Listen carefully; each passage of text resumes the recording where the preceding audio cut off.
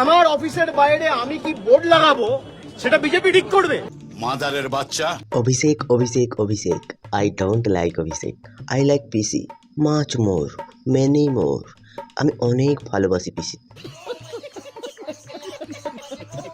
আমার অফিসের বাইরে আমি কি বোর্ড লাগাবো সেটা বিজেপি ঠিক করবে। ভাইপো রেগে গেছে, ভাইপো রেগে গেছে, এবার কয়লাটা রে বাঁচা রে, কয়লাটা রে বাঁচা। ভাইপো বেচে দেবে, ভাইপো বেচে দেবে, রেখে দেবে লিপসন বাউন্স রে।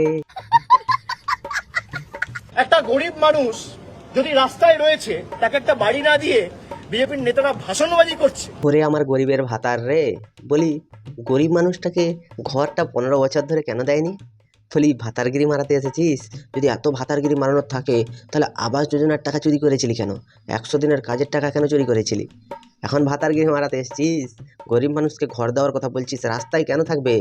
আর 4 মাসে যদি এত বড় বড় ভাতেলা মারতে পারিস, 15 বছর ধরে শাসন করেছিস, তখন সেই মানুষটাকে ঘর কেন দিসনি? আজকে সে মানুষটা সে কেন রাস্তায় পড়ে থাকবে? এটা তোদের দায়িত্ব ছিল না? শুধুমাত্র 1.5-2 হাজার টাকা সামনে থেকে ধরিয়ে পেছন থেকে 1.5-2 কোটি টাকা মেরে দেওয়ার নামই হচ্ছে তৃণমূল কংগ্রেস। তৃণমূল ঘাস ফুলের দল, ঘাস যত কাটবেন ঘাস তত বাড়বে, কেটে শেষ করতে পারবেন। এই দলটা আর দল নেই, এটা একটা কোম্পানি হয়ে গেছে। এই কোম্পানিতে টাকা ভালো দিচ্ছিল না বলে বেশি স্যালারির আশায় ঋতব্রতর কোম্পানিতে সব কটা চলে গেছে। আর ভাইপো এখন বিড়ি বাঁধছে বসে বসে, বিড়ির টান মারছে আর ঘরে ঘুমাচ্ছে। সে এক আলাদাই নেশা। তো আজকে আমরা কথা বলবো কয়লা চোর, বালি চোর, গরু চোর, পাথর চোর, নারী চোর, সব চোরের মহা চোর ভাইপোকে নিয়ে। তোমরা ভিডিওটা শেষ পর্যন্ত দেখতে থাকো, কথা দিচ্ছি দারুণ মজা পাবে। তো চলো আর বেশি না বকে ভাট, আজকের ভিডিওটা শুরু করা যাক। তো হেই বাঙালি, হ্যালো বাঙালি, নমস্কার বাঙালি, কেমন আছো তোমরা সবাই? আশা করি অনেক অনেক ভালো আছো। আজকের একটা নতুন ভিডিওতে তোমাদের সবাইকে অনেক অনেক স্বাগত। এটা ভারতবর্ষের গণতন্ত্র নমুনা। বলছি গত 15 বছর ধরে তৃণমূলে আবির্ভাবের পরে তো ভারতবর্ষের গণতন্ত্র আর পশ্চিমবঙ্গের গণতন্ত্র দুটো তো আলাদা লেভেলে চলছিল। তুমি তোমার ডায়লগে বারবার প্রমাণ করে দিচ্ছিলে, তোমার পিসিও, যে ভারতবর্ষের বাইরে হচ্ছে পশ্চিমবঙ্গ। আজকে এটাই যদি হয়, তোমার অফিসের বাইরে থেকে পোস্টার খোলা হয়, সেখানে ভারতবর্ষের গণতন্ত্র নষ্ট হয়ে যাচ্ছে, তাই না ভাইপো? হরে কৃষ্ণ। আজকে হাতে নাতে ধরা পড়েছে, এখন অর্ডার ঠিক করতে নিয়ে গেছে। আর এই পুলিশ এসে কেএমসি কে মদত দিচ্ছিল যে আপনারা ঢুকে পড়ুন। ভাইপো এখন সবসময় হিট থাকে, ভাইপোর রক্ত এখন খুব গরম। কারণ চেয়ারের লোভটা পিসিকে সামনে রেখে পেছন থেকে সব কিছু সাবাড় করে দিয়ে সে মোটামুটি নিজের রাকেটটা ভালোই গুছিয়ে নিচ্ছিল। পুরো পশ্চিমবঙ্গটাকে নীল সাদা রং সাপ্লাই করার পরে ভাইপো একটা বড় মাপের অফিস খুলেছিল। সে অফিসের বাইরে বড় করে একটা হোর্ডিং দিয়েছিল, অল ইন্ডিয়া তৃণমূল কংগ্রেস। বলছি ইন্ডিয়াতে তো তোমাদের কোনো আতাপাতাই নেই, ত্রিপুরায় একটা দল তৈরি করেছিলে, সেখানকার দুটো নেতা ছিল, তারা আবার বিজেপিতে চলে এসেছে। বলছি একটা কথা তোমাকে বলতে চাই ভাইপো, যে পৌরসভার একটা নিয়ম থাকে আর তোমাদের অফিস করারও একটা নিয়ম ছিল। কোনো নিয়মের তো ধার তোমরা ধারনি। তোমরা ভেবে নিয়েছিলে যে পশ্চিমবঙ্গটা তোমাদের বাপের সম্পত্তি, তাই তোমরা যা করবে তাই হবে। বর্তমান সরকার এসে সেগুলো যদি ঠিক করতে চায়, এত ফাটছে কেন ভাইপো? কেএমসির যা তাগিদ তার থেকে পুলিশের তাগিদ বেশি। স্পেসিফিক্যালি 2-4 জন অফিসার আপনারা ঢুকে পড়ুন, মানে তাদেরকে ফোন করে বলেছে আপনি ইন্সপেকশন করতে আসুন। কেউ বাধা দিচ্ছেন, আপনি গ্যাস কাটার নিয়ে ইন্সপেকশন করতে আসেন না। বলছি পশ্চিমবঙ্গের পেট্রোল পাম্প, দুর্গাপুজোর মণ্ডপ এবং পশ্চিমবঙ্গের পায়খানা ঘরের সামনেও মমতা ব্যানার্জি, অভিষেক ব্যানার্জির পোস্টার থাকতো। বাংলার মেয়ে মমতা, এবার ঘরের মেয়েকেই চাই। রণং দেহি মমতা, মমতা মই মা, এবার আসছে মমতা, এরকম হাজারো রকমের সব শ্লোক লিখে এরা সব যেখানে সেখানে টাঙিয়ে দিত। মনে হচ্ছে বাপের সম্পত্তি ভেবে টাঙাতো। তখন যদি কোনো রকম কোনো অসুবিধা না হয়, এখন যদি বিজেপির পোস্টার থাকে তাহলে পোঁদে একটু করে কাঁটা ফুটছে, তাই না?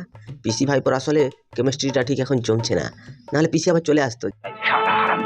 এই রাস্তা জুড়ে বিজেপির হোর্ডিং, এই পুলিশ আর কেএমসি খুলবে একটাও। বলছি ভাইপো, ক্ষমতার দম্ভ অহংকারে অনেক কিছুই করেছো, অনেক কথাই বলেছো।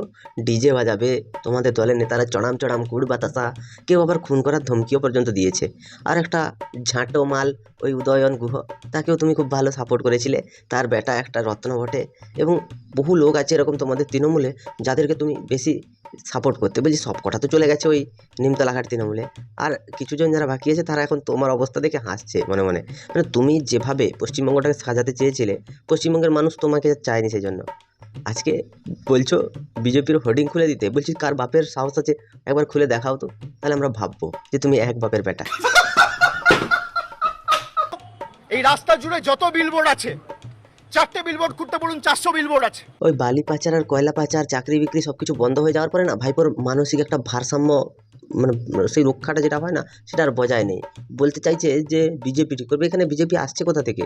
পুলিশ যেটা, আর ওই যে কলকাতার কেএমসি মানে কলকাতা মেট্রোপলিটন কর্পোরেশন, ওদের অফিসাররা গিয়ে তোমার ওই হোর্ডিংটা খুলতে গেছে। এখানটায় বিজেপির কোথায় তুমি মদত দেখতে পাচ্ছ? আমি তো বুঝতেই পারছি না। বলছি তোমার কি কোনোরকম কোনো ট্রমার ভেতর দিয়ে যাচ্ছ, না তোমার পিসি ভাইপো মিটিং করে করে তোমাদের পুরো সব কিছুই তার ছিঁড়ে গেছে নাকি? বুঝতেই তো পারছি না। বিলবোর্ড তো বাইরে, আপনি অফিসের ভিতর ঢুকবেন কেন? বলছি ভাইপো বেলবোর্ড তো পুরো স্বর্গদ্বারে লাগিয়ে রেখেছো, তার জন্য তো নরক দুয়ার দিয়ে স্বর্গদ্বারে যেতে হবে। রাস্তাটা তো হচ্ছে সেটাই। আর অফিসের ভেতরে যদি ঢুকে এত তোমার জ্বালাটা ধরছে কোথায়? ওই যে আইপ্যাকের অফিসে ঢোকার পরে পিসির জ্বালাটা আমরা দেখতে পেয়েছি। আজকে ভাইপোর ওই অফিসের ভেতরে ঢুকতে দিতে ভাইপোর এত জ্বালা ধরে যাচ্ছে। বলি এর ভেতরে কি বালি পাচার, গরু পাচার, নারী পাচার পর্যন্ত সব কিছু তোমার ডকুমেন্ট আছে নাকি? বুঝতে তো পারছি না। এখান থেকে তাহলে সব কিছু কন্ট্রোল হয়? এত এত তলে তলে এত ভাইপো। এটা ইললিগাল ট্রেসপাসিং। কগনিজেবল অফেন্স তো পুলিশের বিরুদ্ধে হওয়া উচিত। এটা তো পাবলিক প্রপার্টি না, প্রাইভেট প্রপার্টি। লিখে রেখেছে শালা অল ইন্ডিয়া তৃণমূল কংগ্রেস, মুখে বলবে মা মাটি মানুষের দল। এটা প্রাইভেট প্রপার্টি কি করে হয়?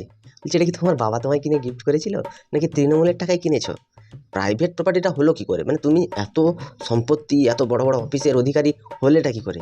সেটাই তো পশ্চিমবঙ্গের মানুষের প্রশ্ন, বর্তমান সরকারেরও প্রশ্ন। যে ভাইপো 2011 সালে ভিখারি ছিল, ভাইপোর ঘরে খেতে পাচ্ছিল না, হঠাৎ করে পিসির দয়ে ভাইপো একবার সাংসদ হওয়ার পর কি করে এত কোটি কোটি টাকা জমা করে আজকে এত বড় বড় অফিস কিনে নিচ্ছে? সেটাই তো বুঝতে পারছে না।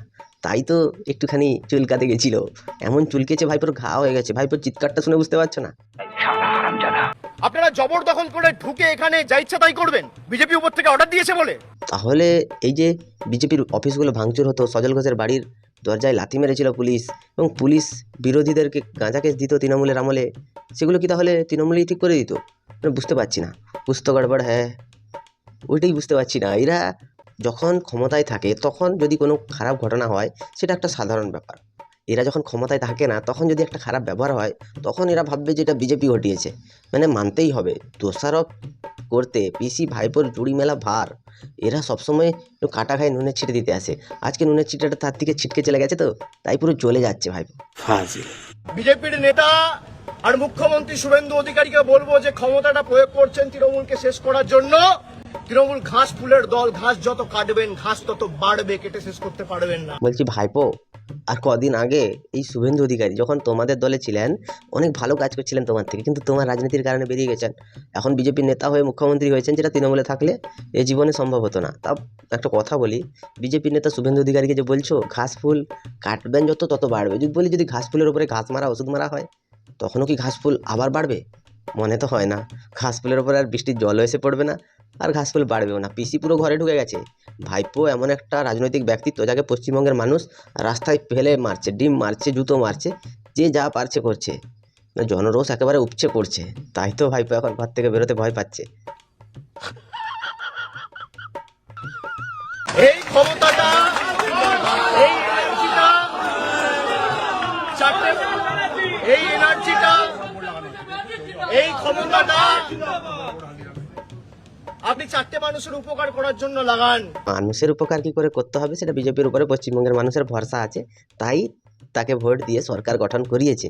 তবে একটা কথা বলি ভাইপো, বলছি তুমি না ভোটের আগে বলেছিলে মমতা ব্যানার্জি তিনি যতই ভালো মানুষ হন না কেন আরামবাগের চাবিটা কিন্তু আমার হাতে থাকবে। বলছি সে চাবি তো তোমার হাতে থাকবে, সব কিছু ঠিকঠাক ছিল, এখন পুরো গা থেকে ঘাম ঝরছে, ভাইপো রাস্তায় এসে কান্না করছে, সেগুলো দেখে পিসির কী কষ্টটাই না হচ্ছে। ভাবছে ব্যাটাটা আমার এত খাটছে, এত মার খাচ্ছে, তারপরেও বাঘের মতো লড়াই করে যাচ্ছে। বলছি তোমার যে ভাইপো ওটা বাঘ নয়, ওটা হচ্ছে কুত্তা। তোমার মনের ভিতরে হইলো পাপ। মানুষ আশীর্বাদ করবে, ভালো কাজ করুন। এখানে দেখুন কত, এই যে বোর্ড লাগানো আছে, এর বাইরে হলদিরামের বোর্ড লাগানো আছে, এইটা পাবলিক স্পেসের উপর এই বোর্ডটা খুলবে? বলছি ভাইপো কলকাতায় তো বোর্ডের অভাব নেই আর অ্যাডভার্টাইজমেন্টেরও অভাব নেই। হলদিরামের বোর্ড যদি লাগানো থাকে তাহলে তোমার এত ফাটছে কেন? ফুটপাতের ওপরে বোর্ড লাগিয়ে তুমি ভাবছো যে তুমি বিশাল একটা কিছু করে নিয়েছো। হলদিরাম দু চারটে গরিব ছেলে মেয়েদেরকে চাকরি দেয়, যারা ওখানে কিছু করে খায়। ওদের কোম্পানিতে হাজার হাজার ছেলে মেয়ে কাজ করে। বলছি তোমার কোম্পানিতে কি হয়? লিপস অ্যান্ড বাউন্সের স্টাফ সংখ্যা কত? লিপস অ্যান্ড বাউন্স কোন কাজটা করে তার ম্যানেজার যে সুজয় কৃষ্ণ ভদ্র ছিল, সে যাবার পরে যে কোম্পানিটা বন্ধ হয়ে গেল, বলছি সে তারা এমন কী কাজ করে সেটাই জানতে চাইছি আর কি। মানে হলদিরামের বোর্ড খুলে দেবে আর তৃণমূল কংগ্রেসের অফিসের বোর্ডটা রাখা হবে। তৃণমূল কংগ্রেস কী করেছে পশ্চিমবঙ্গের জন্য সেটা যদি একটুখানি বুঝিয়ে বলো। তৃণমূল কংগ্রেস এমন শিক্ষাক্ষেত্রে কী উন্নতি করেছে তার জন্য তোমার এই বোর্ডটা লাগিয়ে রাখতে হবে। স্বাস্থ্যক্ষেত্রে কী উন্নতি করেছে সব কিছু বলে দাও, আবার বোর্ড লেগে যাবে। গ্রামে গ্রামে কিছু কিছু জায়গায় বিজেপি কর্মীরা না অনেক অনেক হেনস্থার শিকার হয়েছে এর আগে, শুধুমাত্র তোমার কথাতে। 400 জন তার উপরে বিজেপি কর্মী খুন হয়েছে শুধুমাত্র তোমার জন্য, তোমার হেনস্থার কারণে। কিছু জন তো এখনও পর্যন্ত বাড়ি ছাড়া হয়ে আছে শুধুমাত্র তোমার কারণে। কিছু জনের পরিবার ধ্বংস হয়ে গেছে সেটাও তোমার কারণে। হেনস্থার কথা বলছো, গালে দুটো থাপ্পড় মেরে যদি তোমার পিসি তোমায় শাসন করতো তাহলে আজকে পিসি গদিতে বসে থাকতো, তুমি আজকে যুবরাজি থেকে যেতে। শুধু তোমায় ঠিক সময় তোমার পিসি থাপ্পড়টা মারেনি বলে আজকে তুমি এই জায়গায় এখনো দাঁড়িয়ে আছো। তো তোমাদের কি মতামত তোমরা আমি একটু কমেন্টে জানিও।